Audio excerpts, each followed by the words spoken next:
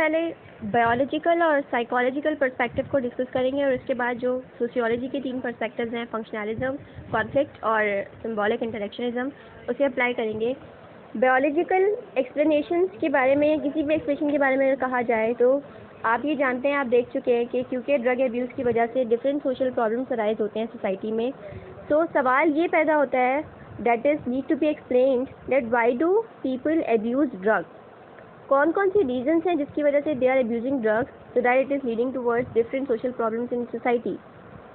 बहुत सी एक्सप्लेनेशंस दी जाती हैं इसके बारे में। अगर आप बायोलॉजिकल एक्सप्लेनेशन की बात करें तो कुछ biological explanations of alcohol and other drug addiction they focus on genetic factors. इनके अकॉर्डिंग वो इंडिविजुअल्स जिनके पेरेंट्स अल्कोहलिक थे, बेशक उनको बाद में किसी और ने भी अडॉप्ट कर लिया हो, लेकिन उनकी बॉडी में क्योंकि ऐसे एंजाइम्स या ऐसे हार्मोन्स क्रिएट होते हैं कि उनमें ज़्यादा रिस्क होता है to adopt alcoholic behaviour in their lives ahead just because their parents were alcoholic. So ये तो genetic factors है।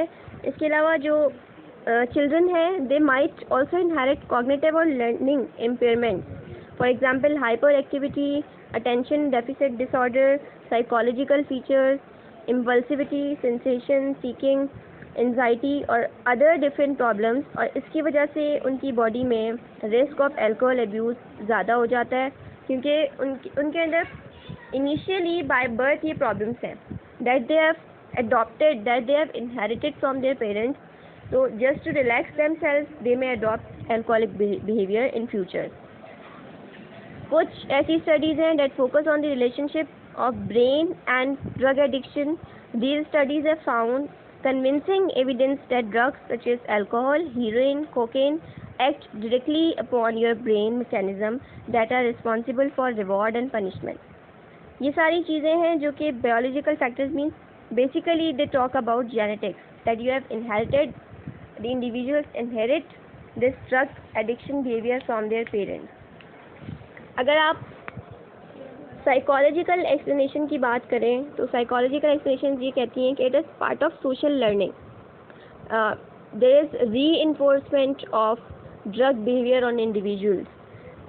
Psychological explanations of drug abuse focus on either personality disorders or the effect of social learning and reinforcement of drug taking behavior.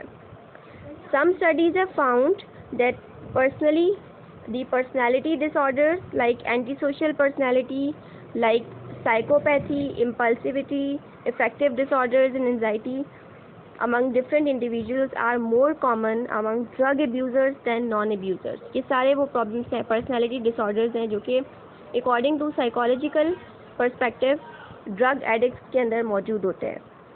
फिर hyperactivity होना, learning disabilities, behavioural disorders बचपन से ही, these are also associated with a greater risk of substance abuse in adolescence और young adulthood. जैसे individuals के अंदर अगर लो सेल्फ स्टीम होगी, if they feel lack of motivation, their desire to get away from their problem is intensified and drug often provide the most available option for escape. जब एक individual lack of motivation या attention feel करेगा और वो इससे escape लेना चाहता है तो escape का सबसे easy रास्ता ये है कि आप ड्रग्स यूज़ कर लो ताकि वो आपके नर्वस सिस्टम को ऑल्टर कर दे, आपकी फंक्शनिंग ऑफ ब्रेन को ऑल्टर कर दे और यू वुड फील रिलैक्स्ड। तो ये बेसिकली एक सोशल लर्निंग प्रोसेस है according to this theory, according to this perspective.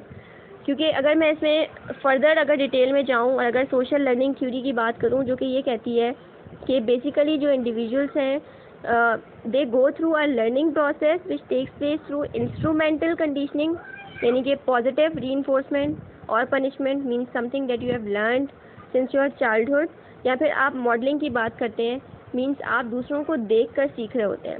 तो ये अगर इस थ्योरी को आप अप्लाई करें तो आप देख सकते हैं अगर चिल्ड्रन के पेरेंट्स या उनकी फैमिली में कोई ड्रग एब्यूज़र है तो वो या तो इमिटेट करेंगे उसके रोल को, उसे देखेंगे, उसे कॉपी करने की कोशिश करेंगे और उनमें ये बिहेवियर अडॉप्ट हो जाएगा। आपने अक्सर देखा होगा छोटे बच्चों से अगर आप सिगरेट या कुछ मंगवाते हैं तो जो सही इंटेलेक्चुअल बंदा होगा वो मना करेगा कि छोटे बच्चे से आप ऐसी चीज़ मत मंगवाओ। क्या रीज़न है? बच्चों का ब्रेन, बच्चों में उनका लर्निंग प्रोसेस कंटिन्यूड होता है, पीक पे होता है और वो चीज़ों को इमिटेट कर रहे होते हैं, कॉपी करने की कोशिश करते हैं।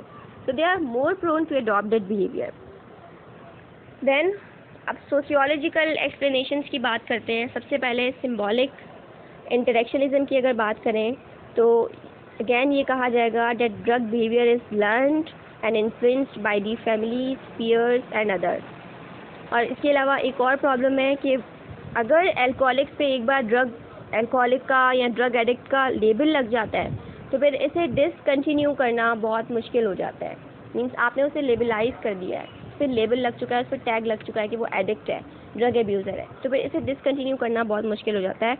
और यहाँ पे भी अगेन वही बात करते हैं कि आप अगर किसी ऐसे सब कल्चर को अडॉप्ट कर रहे हो, ज्वाइन कर रहे हो, किसी ग्रुप को ज्वाइन कर रहे हो, तो उसमें एक्सेप्टेबल होने के लिए आप इस तरह के बिहेवियर्स को एक्सेप्ट करना स्टार्ट कर देते हैं, अडॉप्ट करना स्टार्ट कर देते हैं। जैसे अगर आप किसी ग्रुप में जाते हैं, अक्सर यंगस्टर्स में तो यही होता है कि वो जब गैदरिंग्स में बैठते हैं तो अगर एक भी उनमें से ड्रग एब्यूज़र नहीं है तो वो आउटक्लास फील करेगा। उसे भी कहते हैं स्मोकिंग है अगर, तो वो सब मिलकर स्मोकिंग कर रहे होंगे। जो नहीं है करने वाला वो भी अनकॉन्शियसली या कॉन्शियसली उस बिहेवियर को अडॉप्ट कर लेगा। तो यही है कि आप लर्निंग के थ्रू सीख रहे होते हैं। फंक्शनलिस्ट पर्सपेक्टिव थोड़ा डिटेल्ड पॉइंट्स देता है। सबसे पहले तो इनका पॉइंट है that social institution such as family, education या रिलीजन, जिनके बारे में ऐसा कहा जाता है कि ये डिविएंट बिहेवियर पे चेक करेंगे, चेक एंड बैलेंस रखेंगे, दीज आर एक्चुअली डिसऑर्गेनाइज्ड। यही वो इंस्टीट्यूशंस हैं जो कि एक्चुअली ऐसे ड्रग एडिक्शन बिहेवियर को परपेचुएट कर रहे हैं सोसाइटी के अंदर। इंडिविजुअल्स एजुकेशनल इंस्टीट्यूशंस पे जाते हैं, वहाँ पे इनफॉर्मल ग्रुप्स बनते हैं, एजुकेशनल उस वे में नहीं है जैसे होनी चाहिए, इनफॉर्मल ग्रुप्स बनते हैं, फ्रेंड्स का ग्रुप बनता है, बिहेवियर को अडॉप्ट कर लेते हैं। फैमिली की बात करें, फैमिली में कोई ड्रग एडिक्ट है, बजाय आप बच्चे की सोशलाइजेशन पॉजिटिव वे में करें, वो नेगेटिव चीज़ों को अडॉप्ट करना स्टार्ट कर देता है। तो जब आपके जो मेन इंस्टीट्यूशंस हैं जिन्होंने आपकी लर्निंग में रोल प्ले करना है, अगर वही डिसऑर्गेनाइज हो जाएंगे, फंक्शनिंग रोल प्ले नहीं करेंगे, तो आपकी सोसाइटी में या आपके इंडिविजुअल्स में इस तरह की बिहेवियर प्रमोट होंगे। फिर अगर आप इसको प्रिस्क्रिप्शन या फिर आप इसे इलिसिट ड्रग्स के वे में बात करें तो अकॉर्डिंग टू दिस पर्सपेक्टिव जो प्रिस्क्रिप्शन ड्रग्स होते हैं या जो ओवर द काउंटर ड्रग्स होते हैं, एक तो वो फंक्शनल भी होते हैं और वो डिसफंक्शनल भी होते हैं, क्योंकि आप जानते हैं functionalist perspective talks about functioning और dysfunctioning, it talks about organisation, stability और इनस्टेबिलिटी एंड डिसऑर्गेनाइजेशन। तो अकॉर्डिंग टू दिस पर्सपेक्टिव जो प्रिस्क्रिप्शनल ड्रग्स हैं जो आपको डॉक्टर की तरफ से प्रिस्क्राइब्ड होते हैं, एक तो वो फंक्शनल है, किस तरह से पेशेंट्स को उनसे आराम मिलता है, पेन में रिलीफ मिलता है, उनका इलाज होता है और कई बार उनकी लाइफ एक्सटेंड हो जाती है just because of their use. फिर these are functional for doctors, क्योंकि डॉक्टर जब ट्रीटमेंट करेगा तभी तो उसे पैसे मिलेंगे, तभी तो उसकी लाइफ में मोबिलिटी आएगी, उसका इकोनॉमिक स्टेटस आगे की तरफ जाएगा। फिर अगर हम फार्मासिस्ट की बात करें तो उनके लिए भी ये फंक्शनल है, क्योंकि फार्मेसी फील्ड में कितने लोगों की एम्प्लॉयमेंट इसी वजह से है कि ये मेडिसिन बन रही हैं।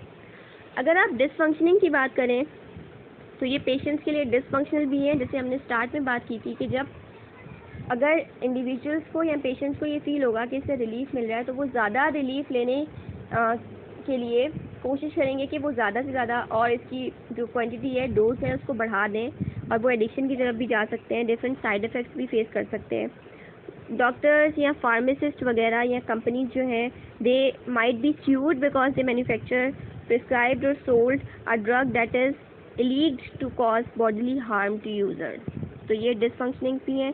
इसी तरह ये तो इलिसिट ड्रग्स थे। अगर आप इलिसिट ड्रग्स की बात करें तो उनके भी फंक्शंस भी हैं और डिसफंक्शंस भी हैं।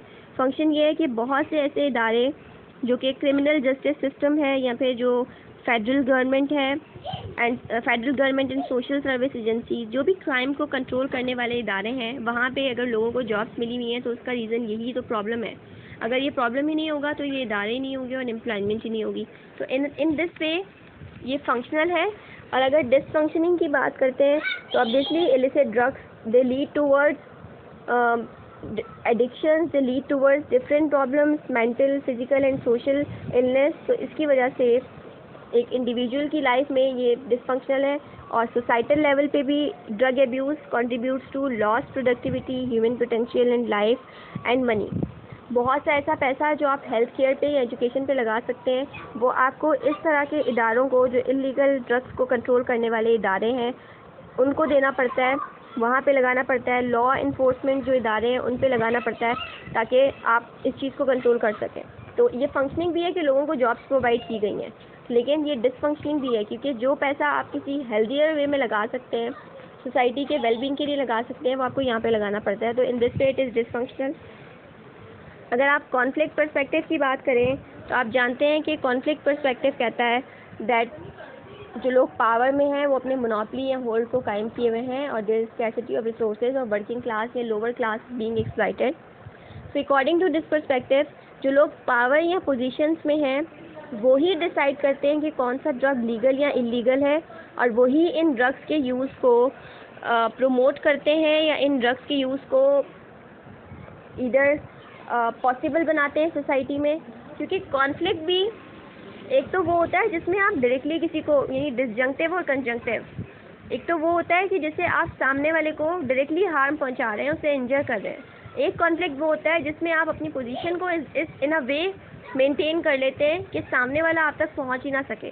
तो वही चीज़ है कि जो पावर में लोग हैं वो कोशिश करते हैं कि इस तरह के ड्रग एडिक्शन बिहेवियर को प्रमोट किया जाए ताकि जो सोसाइटी में मौजूद सब ऑर्डिनेट ग्रुप है, जो डिस्क्रिमिनेटेड ग्रुप है, वो इसी तरह के बिहेवियर में इन्वॉल्व हो जाए, उनका स्टैंडर्ड रेज ना हो सके।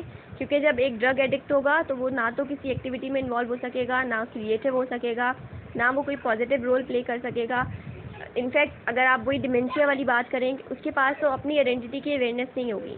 तो वो चाहते हैं, जो लोग पावर में, वो चाहते हैं कि ऐसा बिहेवियर सोसाइटी में मौजूद हो ताकि उनकी अपनी पावर मेंटेन रहे, और जो लोग पावरलेस हैं, जो लोग लोअर या मिडिल क्लास से बिलोंग करते हैं, वो इन्हीं चीज़ों में, इन्हीं प्रॉब्लम से सफ़र करते रहें और सामने वालों की पावर में जो लोग मौजूद हैं उनकी मोनोपोली कायम रहे। ये था social problem means alcohol and drug addiction as a social problem. ये सारी वो डायमेंशंस थी सोसाइटी में। ये 3 पर्सपेक्टिव थे मेन सोशियोलॉजिकली, जो कि डिफ़ाइन करते हैं इस बिहेवियर को और बताते हैं कि ये बिहेवियर क्यों होता है सोसाइटी के अंदर। I hope you understood this problem as a whole and you understood the video and the concept. अपने ओपिनियंस और अगर आप कुछ ऐड करना चाह रहे हैं, अगर आपकी कोई एग्जांपल्स हैं तो कमेंट सेक्शन में मुझसे ज़रूर शेयर कीजिएगा। Take care, thank you.